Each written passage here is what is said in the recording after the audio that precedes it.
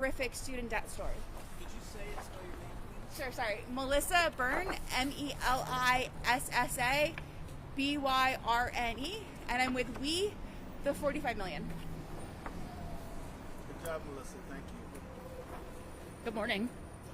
Growing up in Maine, my dad had a decent job at a paper mill. We were solidly middle class, but still rented and were never able to take vacations. No one in my family had ever been to college, and that was seen as the only path to a better life for me. I applied and was accepted to both public and private universities with majors in marine science. The decision of which one I would attend came down to a financial decision. The private university offered me $13,000 in grants for my freshman year, making the decision to attend the University of Miami a pretty easy one. My sophomore year, those grants went down to $11,000. My junior year, those grants were almost non-existent, forcing me to take out approximately $20,000 in loans if I were to continue. I decided that college had gotten too expensive for me, and I took a full-time job at the university so I could get 7 credits free a semester.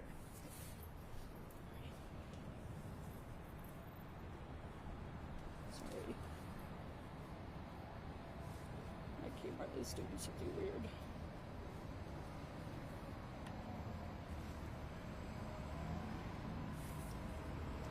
So I decided to withdraw from school full-time and find a job.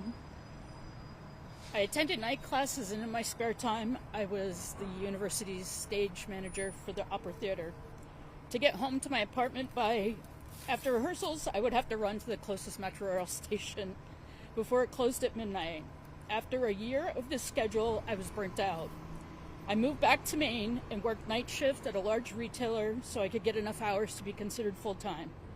Every 6 months, I applied for promotions, and every time I was passed over. After not being promoted those 3 times, I realized I was in a dead-end job. I decided to see a Navy recruiter. Joining the Navy would mean a paycheck, a roof over my head, 3 meals a day, health care, and the GI Bill. I qualified to enlist for advanced electronics and was offered the Navy College Fund for $45,000. I thought I would have the GI Bill and the Navy College Fund, but when I got to boot camp, I was told that the Navy College Fund was a kicker on top of the GI Bill, so I would have $40,000 less than I thought I would have when I signed my enlistment contract. While I was in the Navy, I took advantage of loan deferment when it was offered to me based on the advice of my loan servicer, while the interest continued to compound exponentially on my student loans. Despite being on active duty following September 11th, my servicer placed my loans into default illegally.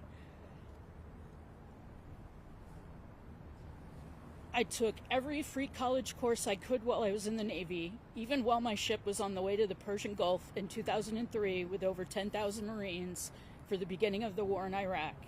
It was a bit surreal to sit in a classroom with my gas mask and 6 syringes full of atropine strapped to my thigh. After I was honorably discharged from the Navy in 2005, I returned to school to finish my bachelor's degree in psychology with a goal to become a clinical psychologist.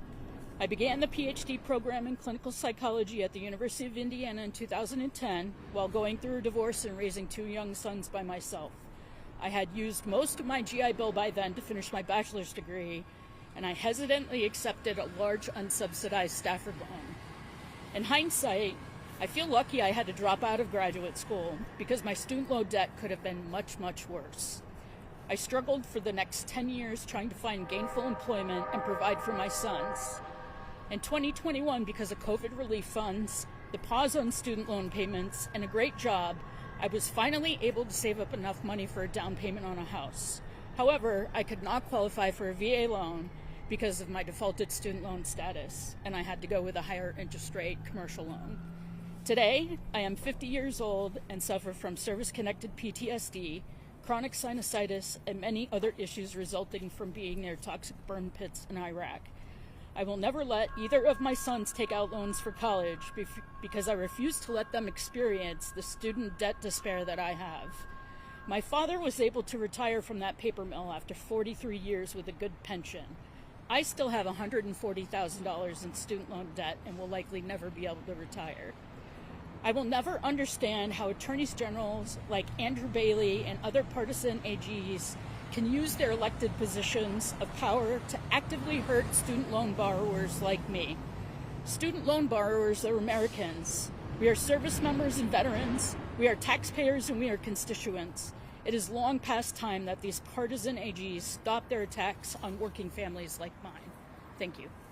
That's great. Thank you.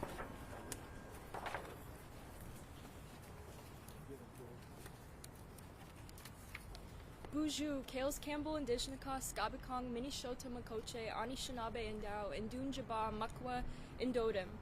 My name is Kales Campbell. I live in Minneapolis, Minnesota, and I'm Ojibwe from the Bear Clan. I'm a third-year student at the University of Minnesota, and I'm here today to emphasize the life-changing importance of the SAVE plan for recent graduates and students like me.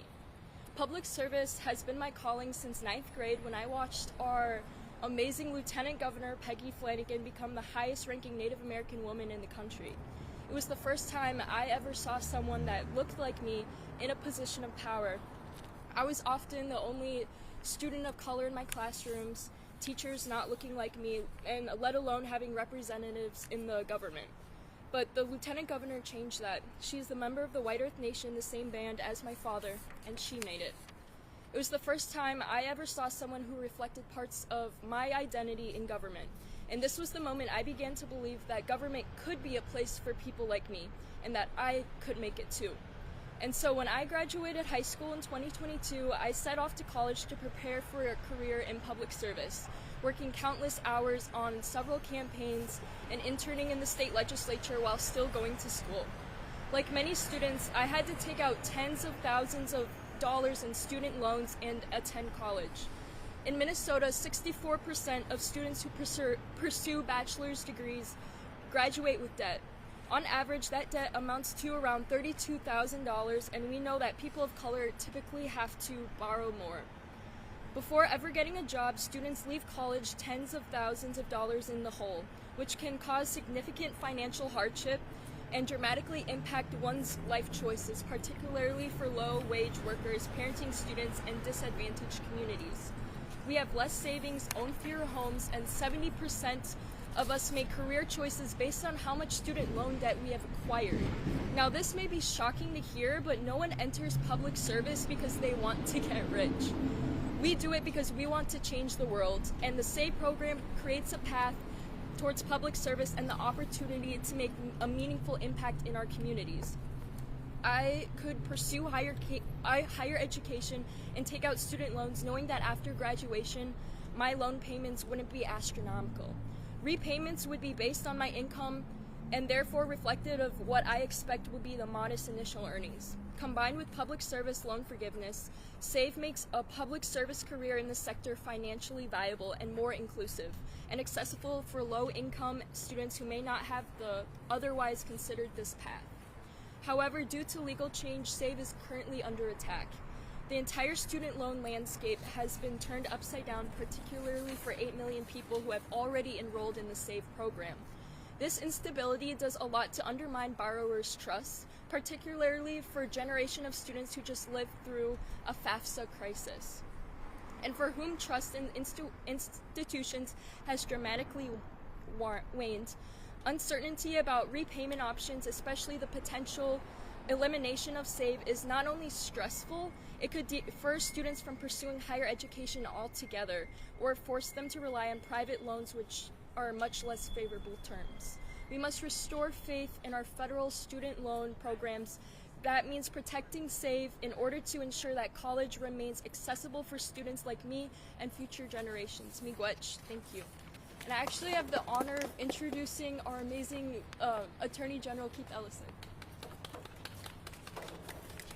You know, student loan debt is interesting debt because it's not dischargeable in bankruptcy. Almost all of it is co-signed, and yet the interest rates stay pretty high anyway. Interest rates are supposed to reflect risk. They don't really reflect risk. They reflect profitability. And this student loan debt crisis we have really is a crisis. It's an enormous, I think it's right up there with mortgage debt and credit card debt and medical debt. And it is a direct threat to helping people afford their lives.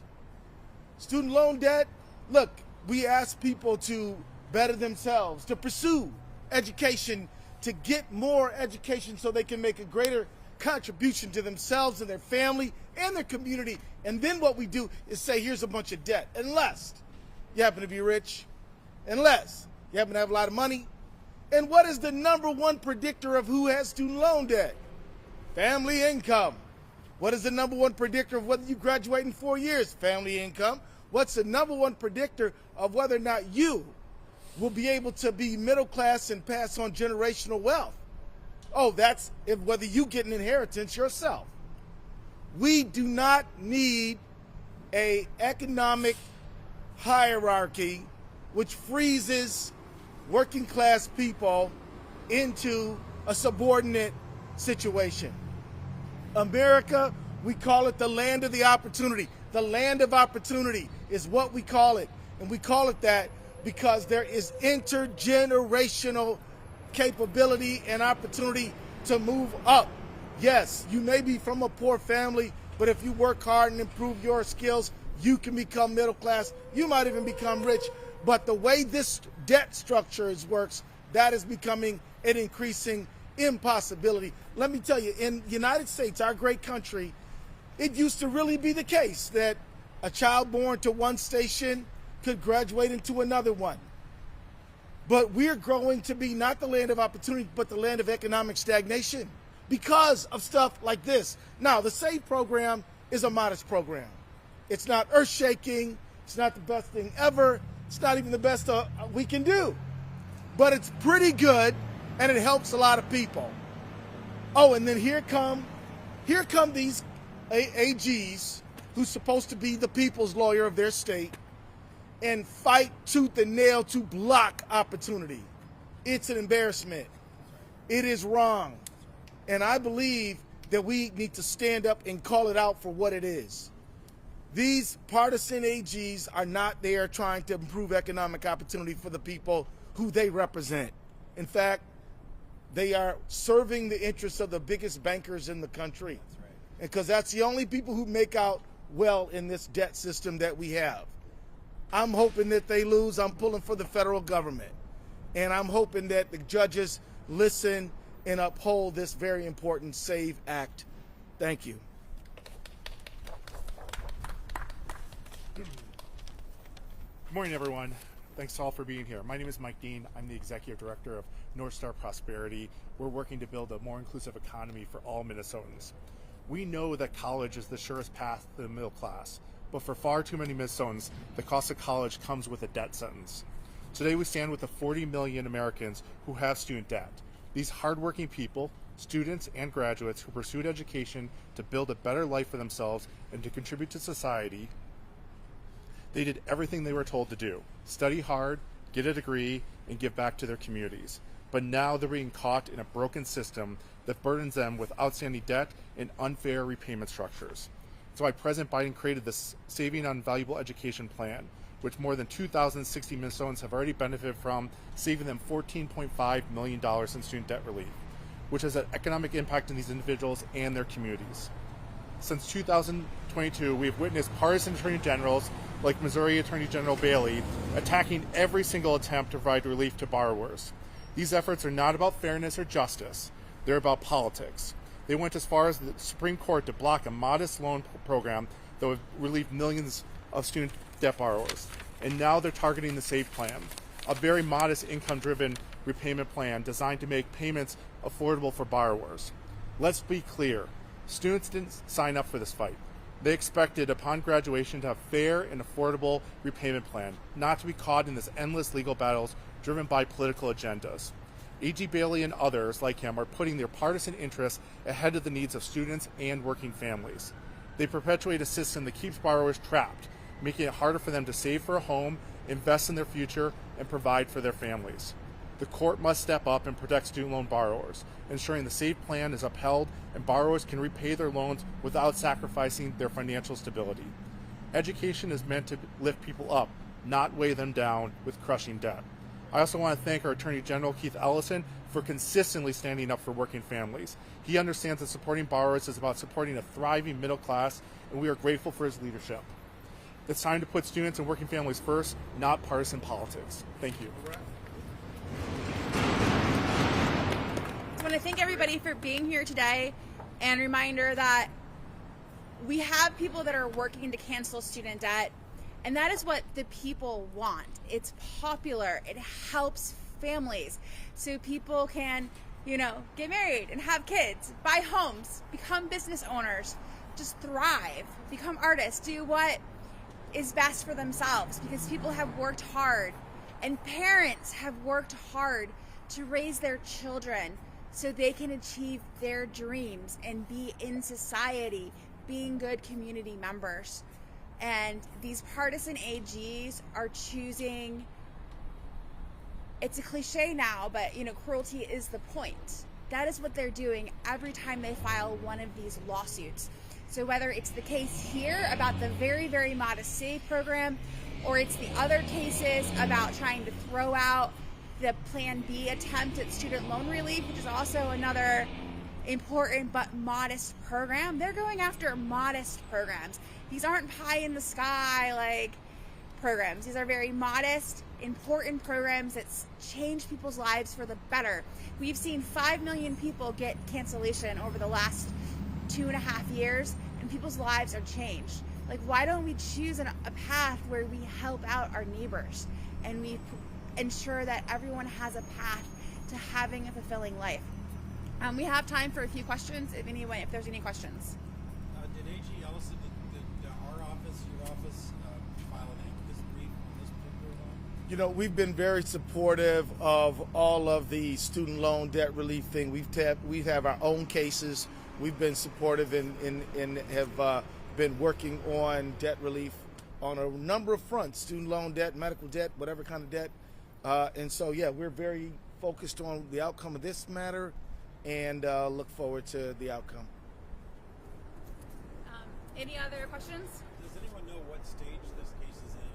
Are these the main arguments today, or is this preliminary? Yes, these are the arguments. It's two 30-minute arguments starting at 1 p.m.